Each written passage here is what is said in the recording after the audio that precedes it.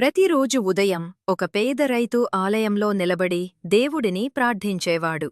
స్వామీ, కష్టాలు వచ్చినా నీమీద నమ్మకం మాత్రం పోనివ్వకు అని కన్నీళ్లతో అడిగేవాడు. కాని ఒకరోజు ఆకాశం నల్లగా మారింది. భారీ వర్షం కురిసింది. రైతు పండించిన పంట మొత్తం నాశనమైపోయింది. ఆ రోజు అతని హృదయం కూడా పంటతోపాటు విరిగిపోయింది. కన్నీళ్లతో ఆలయంలో కూర్చుని రైతు అనుకున్నాడు, దేవుడు నన్ను మర్చిపోయాడేమో.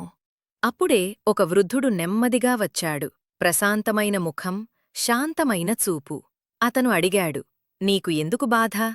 రైతు అన్నాడు, నేను రోజూ ప్రార్థిస్తాను, కాని దేవుడు నన్ను పరీక్షిస్తున్నాడు.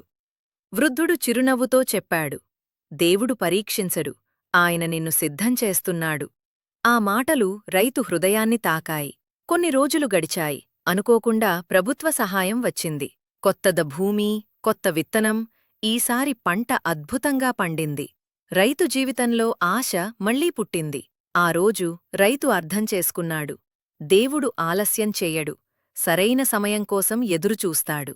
నీ భక్తి నిజమైతే ఆశీర్వాదం తప్పదు.